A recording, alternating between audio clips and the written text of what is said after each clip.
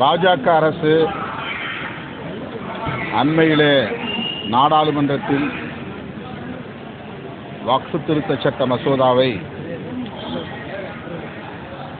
நிறைவேற்றி அதன் மூலம் இஸ்லாமிய சமூகத்தை பெரும் அச்சுறுத்தலுக்குள் ஆட்படுத்தியிருக்கிறது. ஒவ்வொரு மதமும் அந்தந்த மதங்களுக்கான சொத்துக்களை அம்மதம் சார்ந்த குழுவை கொண்டே நிர்வகித்து வருகின்றனர். ஆனால் இஸ்லாமிய சமூகத்தின் வக்ஃப் சொத்துக்களை நிர்வகிப்பதற்கு அமைக்கப்படவிருக்கும் குழுக்களில் வக்ஃப் வாரியம் அல்லது வக்ஃப் சென்ட்ரல் கவுன்சில் ஆகியவற்றில் இஸ்லாமியர் அல்லாதவர்களை உறுப்பினர்களாக நியமிப்பதற்கு ஏதுவாக சட்டத்தை திருத்தியிருக்கிறது பாஜக அரசு. இது ஒரு அடாவடித்தனமான அரசியலாகும், எதேச்சதிகார போக்காகும், நவீன பாசிசமாகும். இந்த பாசிச தாக்குதலை சட்டப்படியே இந்த அரசு அரங்கேற்றியிருப்பது இந்திய அரசமைப்பு சட்டத்திற்கு பெரும் தீங்கை விளைவிக்கும். இந்த சட்டத்தை திரும்பப் பெற வேண்டும் என்று அனைத்து தரப்பு ஜனநாயக சக்திகளும் வலியுறுத்த வேண்டும். தமிழ்நாடு சட்டமன்றத்தில் நமது முதலமைச்சர் இதனை எதிர்த்து தீர்மானம் நிறைவேற்றியிருப்பது பிற மாநிலங்களுக்கு ஒரு வழிகாட்டும் நடவடிக்கையாகும். இந்தியா முழுவதும் பாஜக அல்லாத பிற கட்சிகள் ஆளும் மாநிலங்களில் இச்சட்டத்தை எதிர்த்து தீர்மானம் நிறைவேற்ற வேண்டும் என்கிற வேண்டுகோளை விடுதலை சிறுத்தைகள் கட்சி முன்வைக்கிறது. தமிழ்நாடு ஆளுநர் RN ரவி அவர்களின்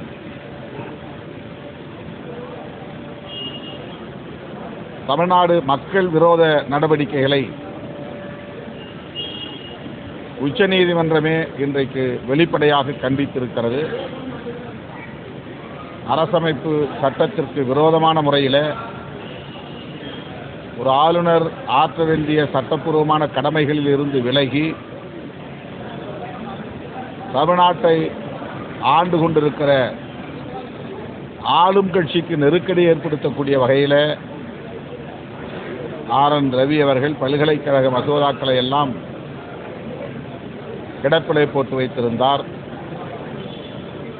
உச்சநீதிமன்றம் அந்த வழக்கை விசாரித்ததில் ஆளுநர் கடமை தவறி இருக்கிறார், ஆகவே அந்த சட்ட மசோதாக்கள் அனைத்தையும் நாங்கள் சட்டமாக அங்கீகரிக்கிறோம் என்று வரலாற்று முக்கியத்துவம் வாய்ந்த தீர்ப்பை அண்மையிலே வழங்கியது. அது இந்தியாவுக்கே வழிகாட்டக்கூடிய, ஜனநாயக ஒளியேற்றக்கூடிய ஒரு தீர்ப்பாக அமைந்திருக்கிறது. தமிழ்நாடு முதல்வர் தளபதி ஸ்டாலின் அவர்கள் சட்டப்பூர்வமாக நடத்திய யுத்தத்தில் அவர் வெற்றி பெற்றிருக்கிறார். தமிழ்நாட்டு மக்கள் வெற்றி பெற்றிருக்கிறார்கள். இந்த நிலையில் ஆளுநர் ரவி அவர்கள் தார்மீக பொறுப்பேற்று பதவி விலகியிருக்க வேண்டும். ஆனால் அவர் விலக மாட்டார். எனவே குடியரசுத் தலைவர் உடனடியாக இதிலே தலையிட்டு ஆளுநர் RN ரவி அவர்களை பதவி நீக்கம் செய்ய வேண்டும் என்று விடுதலை சிறுத்தைகள் கட்சி வலியுறுத்துகிறது. பாஜக அதிமுகவை உருட்டி மிரட்டி பணிய வைத்து கூட்டணி அமைத்திருப்பதாக அமித்ஷா அவர்களே அறிவிக்கிற நிலையை நாம் இங்கே பார்த்தோம். கூட்டணி ஆட்சி அமைப்போம் என்று அதிமுக தலைமை அறிவிக்கவில்லை. அதிமுகவோடு கூட்டணியில் சேர்ந்திருக்கிற பாஜகவின் தலைவர் அமித்ஷா அறிவிக்கிறார். அப்படி என்றால் இங்கே அதிமுக தலைமையில் கூட்டணியா பாஜக தலைமையில் கூட்டணியா என்கிற சந்தேகம் எழுகிறது.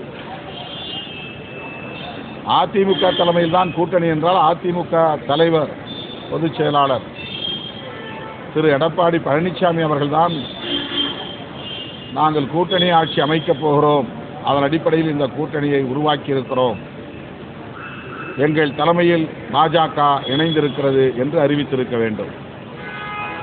ஆனால் பத்திரிகையாளரை அழைத்தது பாஜக, கூட்டணியை அறிவித்தது பாஜக, கூட்டணி ஆட்சி என்று அறிவித்திருப்பதும் பாஜக. அதிமுகவினுடைய ரோல் என்ன என்பது கேள்விக்குறியாக உள்ளது.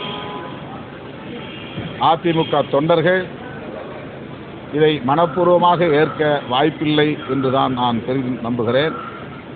இந்த கூட்டணி ஏற்கனவே உருவான கூட்டணி, மக்களால் புறக்கணிக்கப்பட்ட கூட்டணி, 2021ஆம் ஆண்டு நடைபெற்ற சட்டமன்ற பொதுத் தேர்தலில் தோல்வியை தழுவிய கூட்டணி. எனவே இந்த கூட்டணியால் தமிழகத்தில் எந்த தாக்கமும் பெரிதாக திமுக கூட்டணிக்கு எதிராக,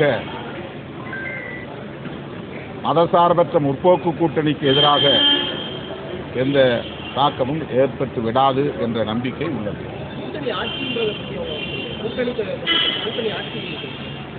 அமித்ஷா சொன்னார், கூட்டணி ஆட்சி அமைப்போம், திமுகவை அகற்றுவோம் சொல்லியிருக்காரு.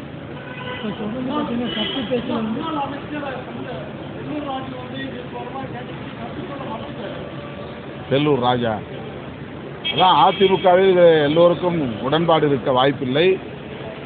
முன்னாள் அமைச்சர் டி ஜெயக்குமார் பாஜகவோடு அதிமுக கூட்டணி அமைத்தால் நான் கட்சியிலிருந்தே வெளியேறிடுவேன் என்று சொல்லக்கூடிய அளவுக்கு அதிமுகவிலே மாறுபட்ட கருத்துக்கள் ஏற்கனவே இருந்தன. அதையெல்லாம் மீறி எடப்பாடி பழனிசாமி அவர்கள் அமித்ஷாவோடு அமர்ந்து கூட்டணி அமைந்ததற்கு சாட்சியமாக இருந்திருக்கிறார். எந்த அளவுக்கு அதிமுகவின் தலைவர்கள் இதை ஏற்றுக்கொள்வார்கள் என்பதை பொறுத்திருந்து பார்ப்போம்.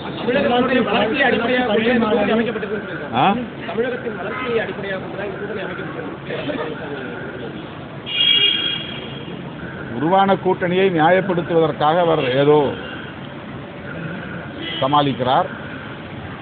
என்னை பொறுத்தவரையிலே அவர் பாஜக அல்லாத ஒரு கூட்டணியை அதிமுக தலைமையில் அமைக்க வேண்டும் என்று முயற்சி எடுத்தது உண்மை, அது நாடு அறியும். அதற்கான சூழல் கனியவில்லை. அது மட்டுமில்லாமல் திரு செங்கோட்டையன் அவர்கள் அமித்ஷா அவர்களை தனியே போய் சந்தித்து பேசுகிற அளவுக்கான சூழலும் உருவானது.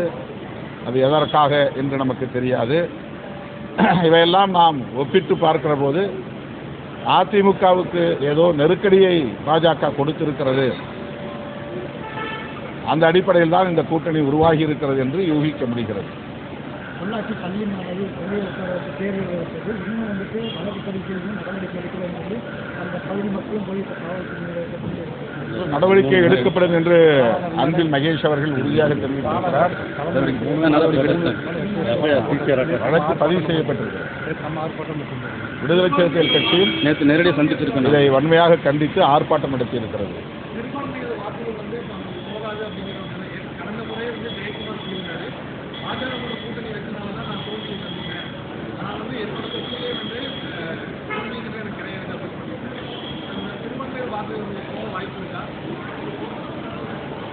பாஜக இருக்கிற அணியில் சிறுபான்மையினர்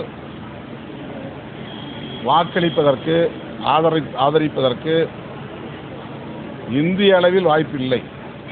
அவர்கள் வெளிப்படையாக முஸ்லீம் வாக்குகள் தேவையில்லை, கிறிஸ்தவர்கள் வாக்குகள் தேவையில்லை என்கிற அடிப்படையில் தான் பாஜக ஒரு நிலைப்பாட்டை எடுத்து செயல்படுகிறது. அப்படிப்பட்ட பாஜகவோடு அதிமுக கூட்டணியில் இணைகிறது என்றால் அந்த அணிக்கு எப்படி சிறுபான்மை சமூகத்தினரின் வாக்குகள் போய் சேரும்? இந்த வக்ஃபு திருத்த சட்ட மசோதாவை எதிர்த்து மாநிலங்களவையிலே அதிமுக உறுப்பினர்கள் வாக்களித்திருக்கிறார்கள். ஆனால் திடுமென பாஜகவோடு கூட்டணி அமைத்திருக்கிறார்கள். இந்த இடைப்பட்ட 2-3 நாட்களில் என்ன நிகழ்ந்தது, ஒரு வாரத்தில் என்ன நிகழ்ந்தது? மாநிலங்களவையிலே பாஜக அரசு கொண்டு வந்த வக்ஃபு திருத்த சட்டத்திற்கு எதிராக வாக்களித்த அதிமுக இன்றைக்கு பாஜகவோடு கூட்டணி அமைத்து அறிவிப்பு செய்திருக்கிறது என்றால் அதிமுக எந்த அளவுக்கு நெருக்கடிக்கு உள்ளாகி இருக்கிறது, பாஜகவின் கட்டுப்பாட்டுக்குள்ளே போயிருக்கிறது என்பதை இதிலிருந்து உணர முடிகிறது. அமைச்சர் வந்து பொன்முடி வந்து அது முதல்வர் நடவடிக்கை